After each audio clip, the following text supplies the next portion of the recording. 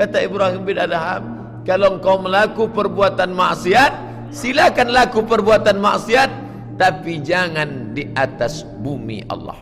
Di mana? Tak ada bumi ini yang bukan milik Allah.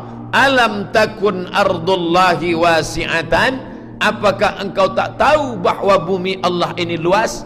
Indonesia, Malaysia, Brunei Darussalam, Mesir, Maroko, semuanya bumi milik Allah. Makanya orang beriman tak pernah merasa asing dan tak pernah merasa aneh. Kalau sudah merasa di atas muka bumi Allah, maka tak pernah melakukan perbuatan maksiat. Yang kuinjak ini adalah milik Allah Subhanahu wa ta'ala.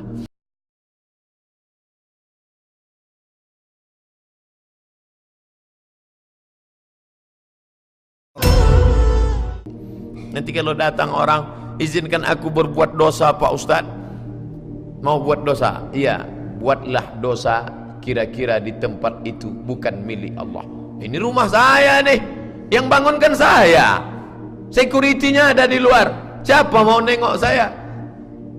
Dibaca habis subuh sekali, habis solat subuh sebelum matahari terbit sekali, dibaca setelah solat asar tenggelam matahari, petang pagi, maksurat.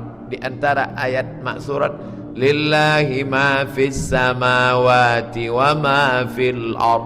Apa yang di bumi, apa yang di langit punya Allah, bukan punya engkau. Manapun aku memijak tanah, yang kuijak bumi Allah. Kemanapun aku menghadap, aku merasa sedang diawasi dalam pengawasan Allah Subhanahu wa ta'ala.